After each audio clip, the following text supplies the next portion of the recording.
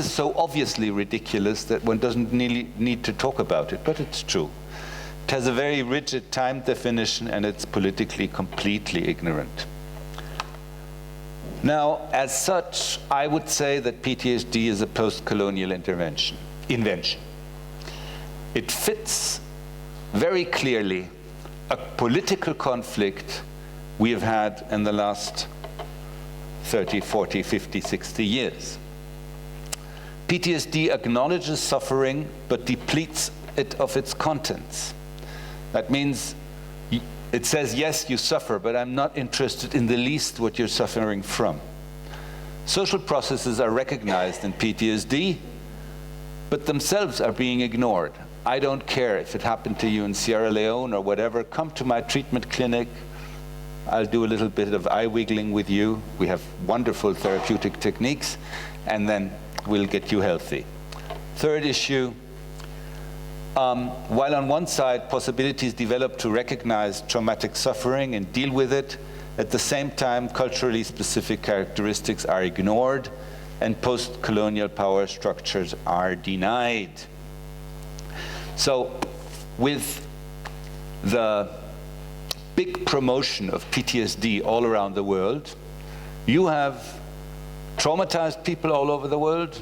You have specialists entering every war zone within days after the war ends to start doing trauma work these days. But so at this one side, we hear a lot more about victims than we ever did before. But on the other side, the real power structures aren't even discussed. History becomes a very linear event. And as I said before, victims and perpetrators are suddenly jointly acknowledged as victims. And if you follow a little bit discussions we've had in Germany in the last 10 years, this is very interesting. Because the question if perpetrators can be traumatized, well, obviously they can be traumatized. But does it make them good? Obviously not. But the discussions we have on these things is, if somebody is traumatized, then he's also a victim. So if a perpetrator is a victim, then somehow he isn't so bad. So the basic discussion we're having these days about victimhood, in a certain way, tries to make everybody a victim.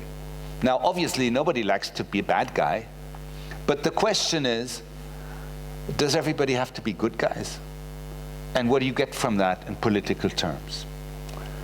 And I think scientifically, one of the key structures we have these days to enhance this kind of political confusion is PTSD.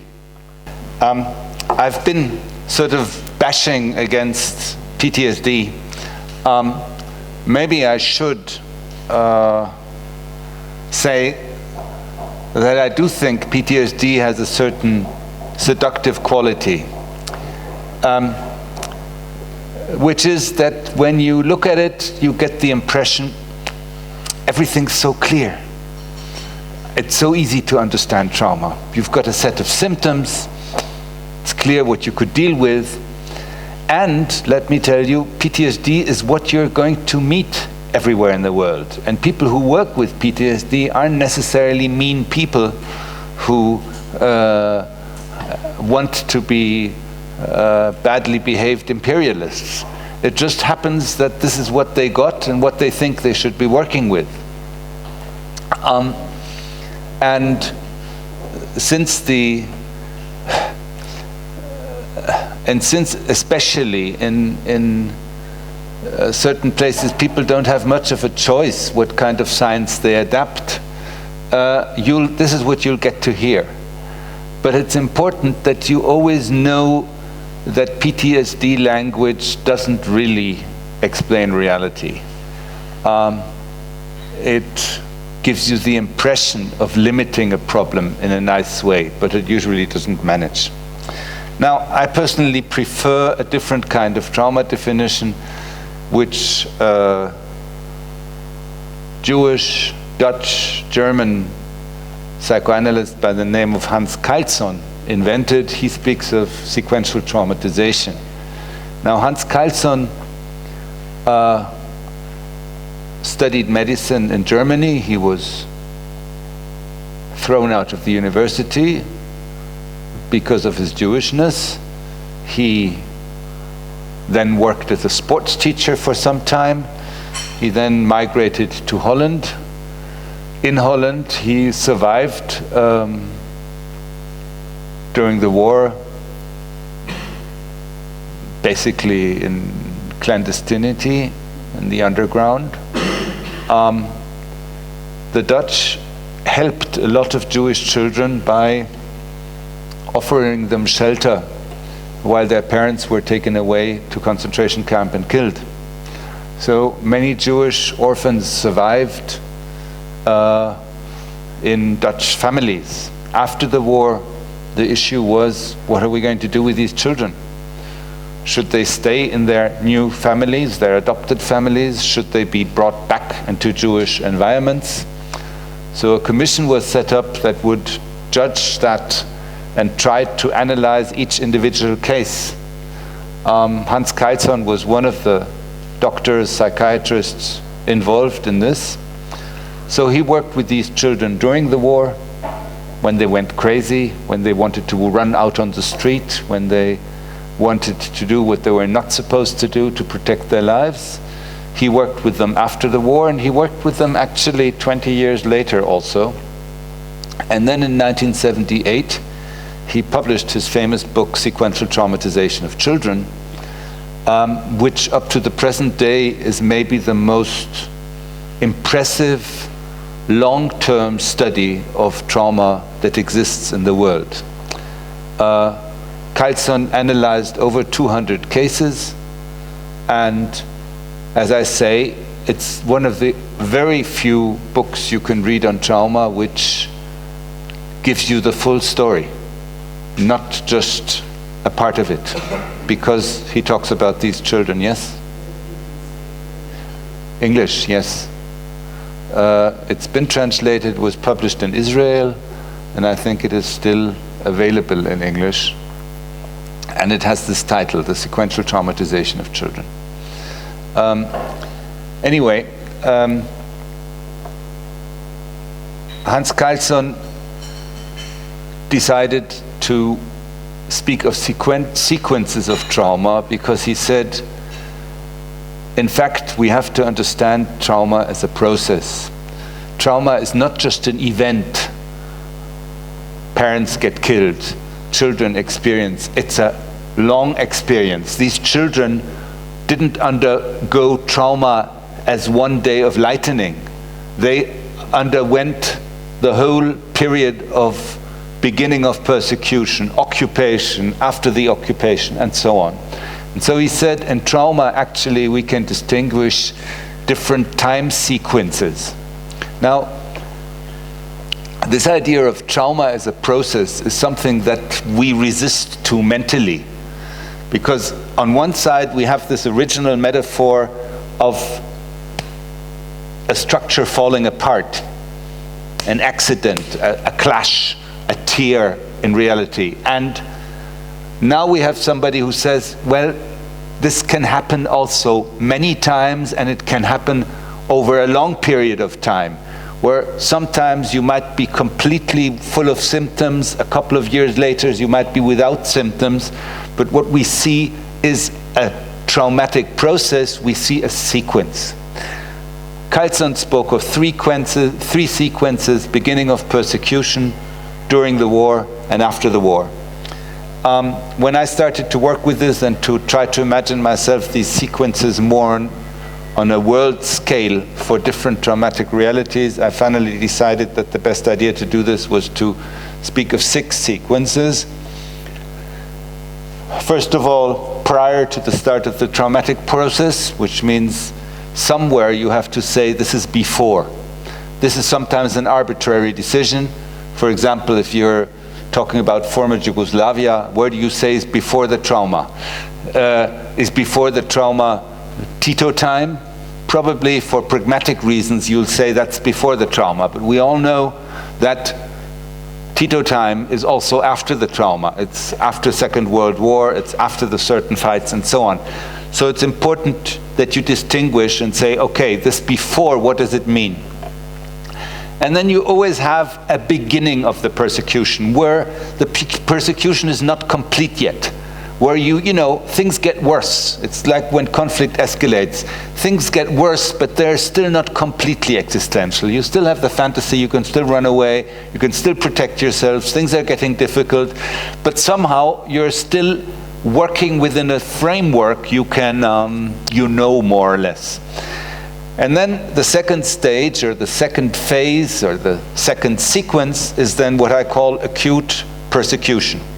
And as you see, I subdivided acute persecution into two phases. One, direct terror, and the other one, chronification. Direct terror and chronification are two moments of war which constantly alternate. And any one of us who has ever been in a war zone knows that. Wars don't happen like in the movies where you can show a full-scale war within a 2-hour movie. War happens in sequences where there are moments of terrible destruction, and then there are long spaces of waiting. These spaces of waiting, these spaces where nothing happens, or seemingly nothing happens, are still part of the war. So I call them, they're part of the acute persecution, but they're also part of something we call chronification. And in conflict situations, you have always these two situations. And these two situations leave you very different options of what you can do, actually. In acute terror, in direct terror, the only thing you can do sometimes is run away or keep your head low or do certain kind of emergency work. But there's nothing else you can do. In a moment of chronification, there are certain other things you can do. And people do that, by the way, also without trauma counseling. They do it by themselves. But you must be very careful in what situation you are. Then we have this question of transition. In the Second World War, the period of transition is comparatively short. We have the 8th of May 1945, which marks the end of war. And if you're in Germany, you can say the period of transition maybe is till 1949 or something like that, when the GDR and the Bundesrepublik start their statehood existence. But in many places of the world, the stages of transition take a lot longer. In Bosnia, for example, I'd say transition continues to the present day. We have the Dayton Agreement, which starts transition, but we don't have a post-conflict situation there. If you look at places like Angola, they went on for 25 years between moments of transition and then falling back into war. That's why you've got this arrow saying it can go back into acute persecution, because in Angola they always started into transition, they made a new peace agreement, a couple of UN camps of demobilization, and then it started out again till the war was finally won by the government, which is only then did that war end. And then you have this time after persecution. And what's important to know is that even when persecution stops, the traumatic process doesn't stop. That's what Kylson proved with his children. It's what we see with refugees. When they come to our countries, they might not be under life threat anymore, nobody's torturing them, but still they have a profound existential problem. Still they react very strongly to the mistreatment they receive in our countries, and actually they've just entered the next sequence of trauma. So it's very important to understand that just like with fear, which continues over the cause of fear, trauma continues way beyond the original cause of trauma. And if that is true, it also shows you that when you deal you're not only dealing with the past, you're always dealing with the present also. Now, this is also a politically complicated statement. For example, in the United States, would you have worked with such a concept? You would have needed to talk not only about what soldiers experienced as traumatic in Vietnam, but what was happening in terms of traumatic social relationships in the United States at that stage. And what implications did that have for ex-soldiers? Or when you speak of Holocaust survivors living in Israel, you cannot speak only about what happened to them during Nazi time in Germany. You'd have to speak about what happened to them in Israel. And their traumatization would not be simply able to localize that in the past.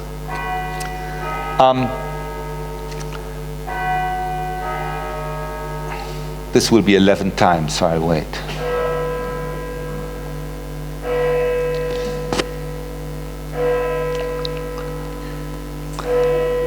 And somehow I'm always dreaming of being able to jump the 12 o'clock time, because then this clock really goes crazy. Did you notice? They take like 5 minutes. It's not only 12 times, and it's really...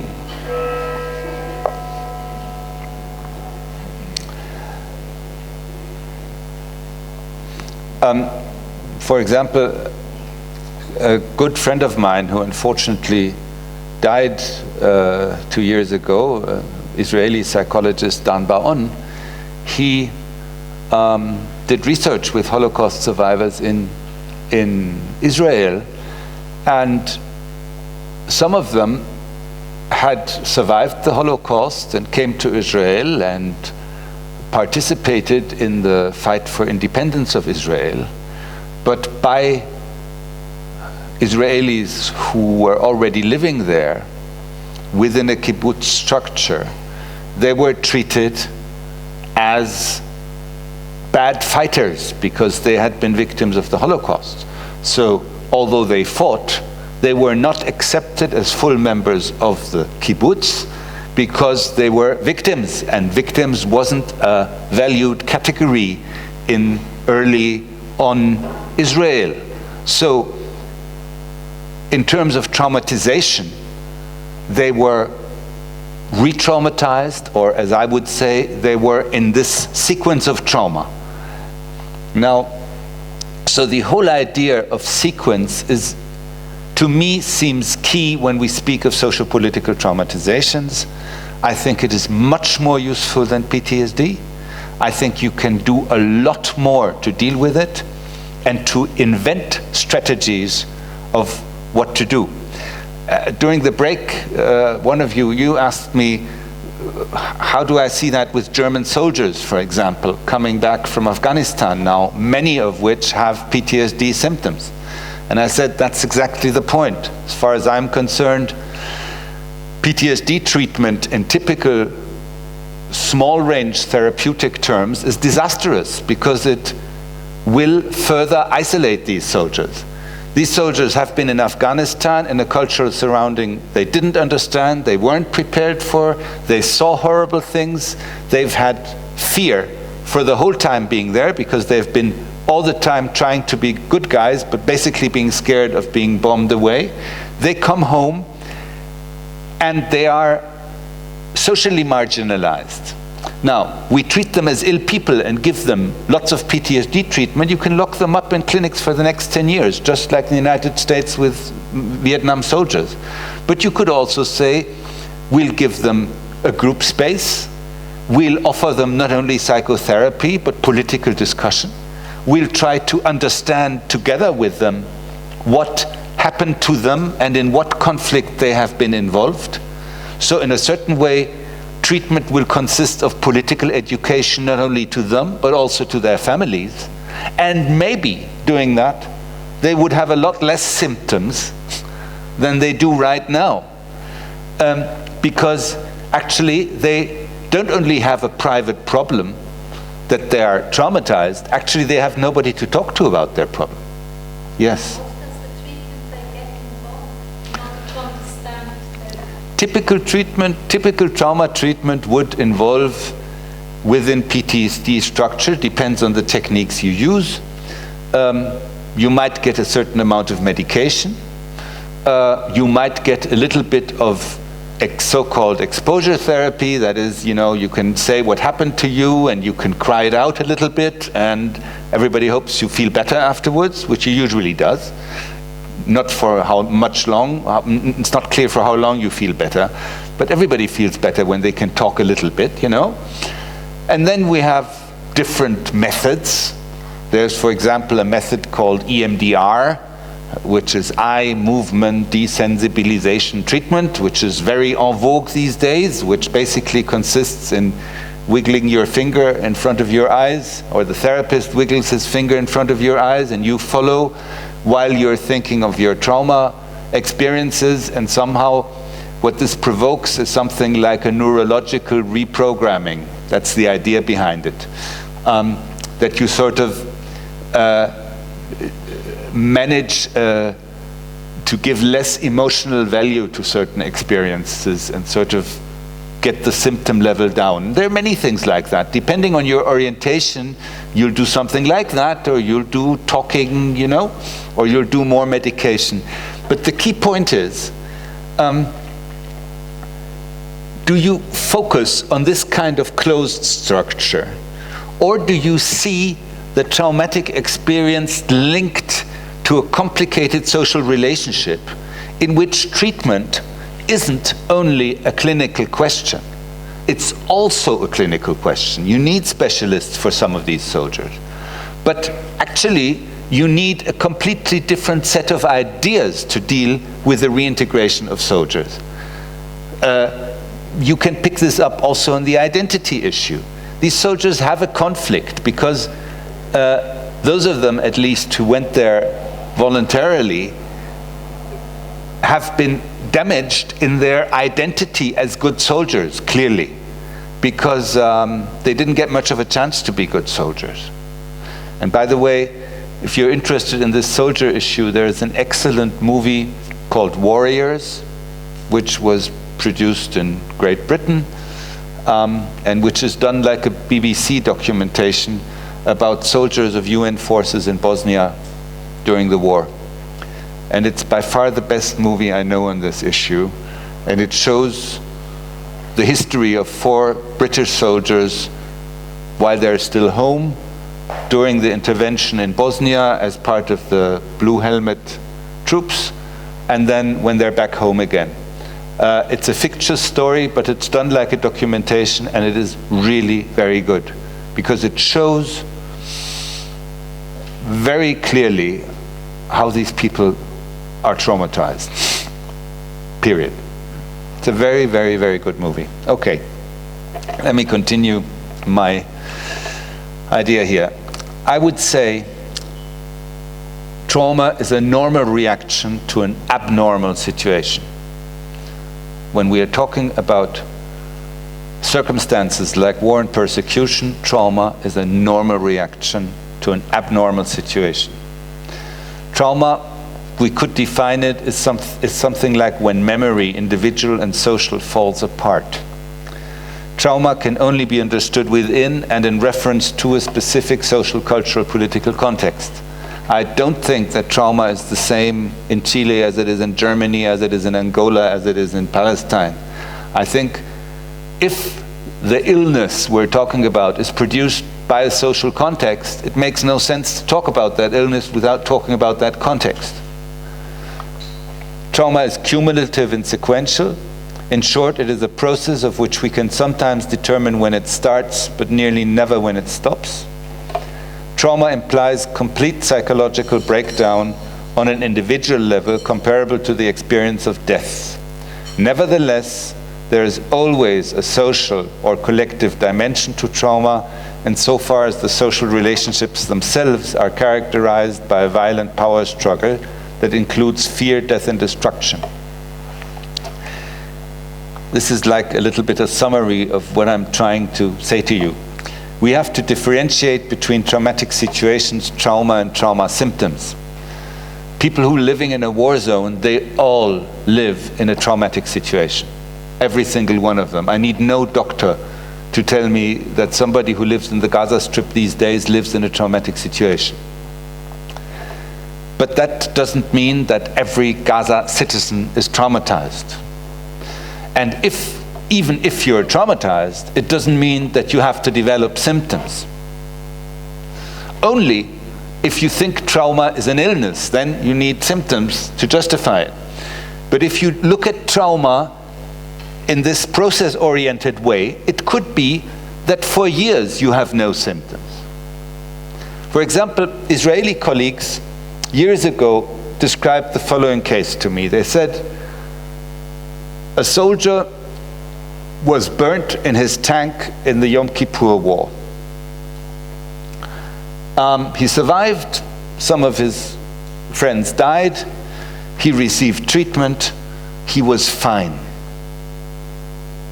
He was very bad for some time, but then he recuperated, he got married, he had children, everything fine.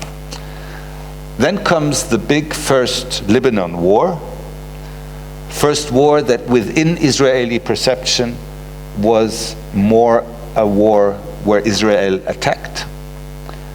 And this man one night goes up to his field in the country, to where he has his crop, and he pours gasoline on that field and on himself and kills himself.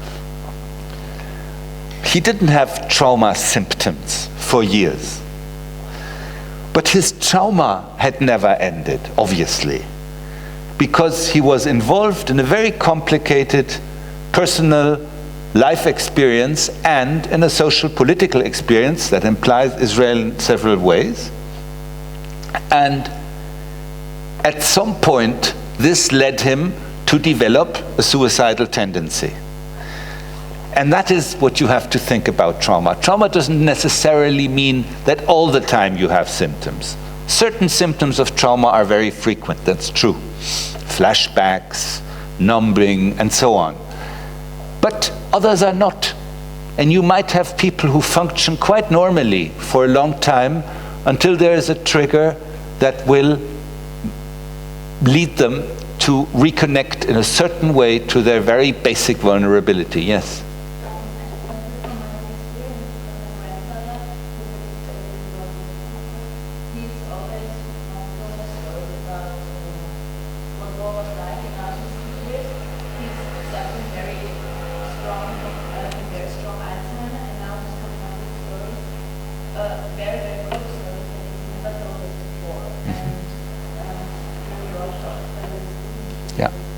It's another thing. For example, you're absolutely right, also without Alzheimer, old people in general tend to have stronger memories to long ago events than to recent events.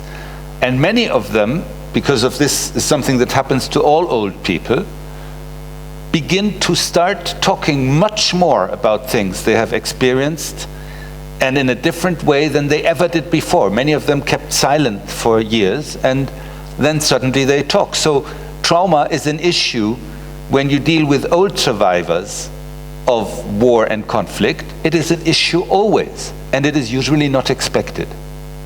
All right, quickly about the last issue of loss and grief.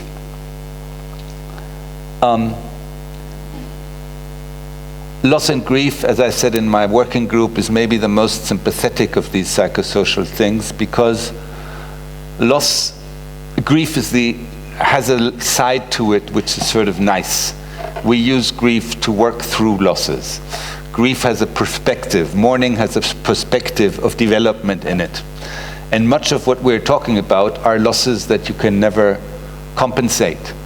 In conflict, you don't only lose people you love, you lose people,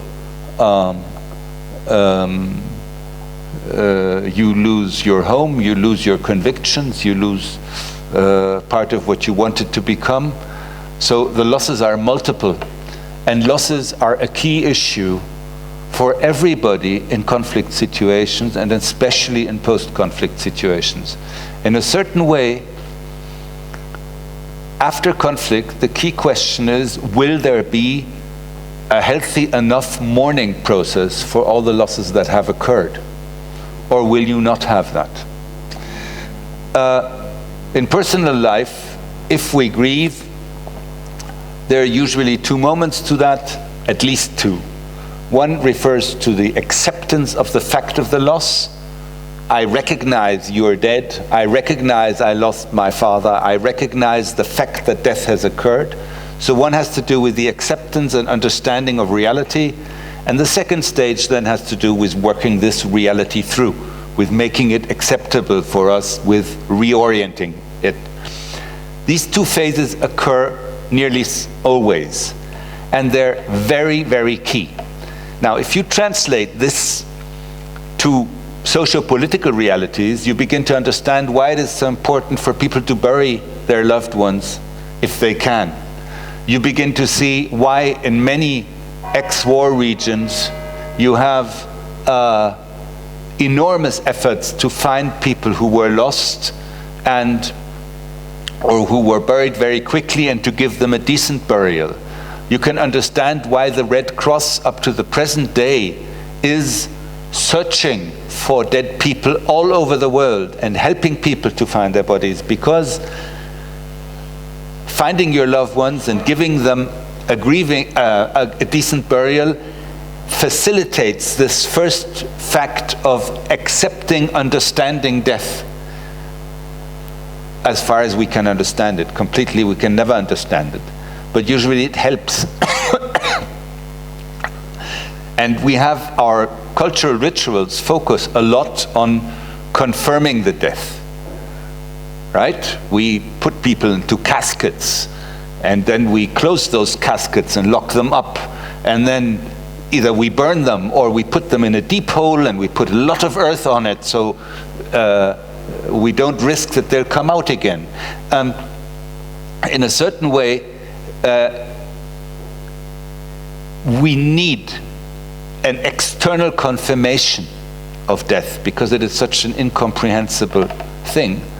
And so this first phase is really important, and the second phase is also important, that you can become sad about something. But obviously, this is very difficult when the loss occurs under threatening situations or in a terrorific situation. If a loved one of yours is exploded by a bomb, the image you have in your head are bits and pieces of body flying around. That's not something very easy to learn to cry about. If you have the bad luck to be family member of a disappeared person, you have nobody that externally from yourself confirms the loss. So you have an extremely difficult psychological situation. So the whole question of grief processes and disturbed grief process, or the possibility of healthy grief processes, are key.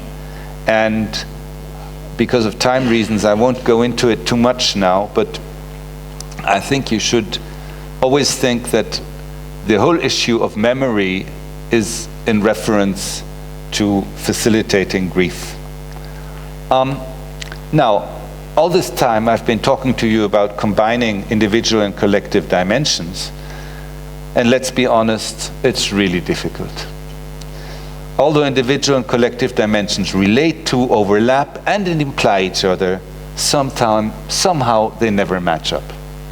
You read a good political analysis, it's excellent, but somehow it doesn't catch the individual dimension. You read a good description of individual suffering, but somehow the whole general picture gets lost. You do both at the same time, you jump sort of back and forth. It's never really satisfactory.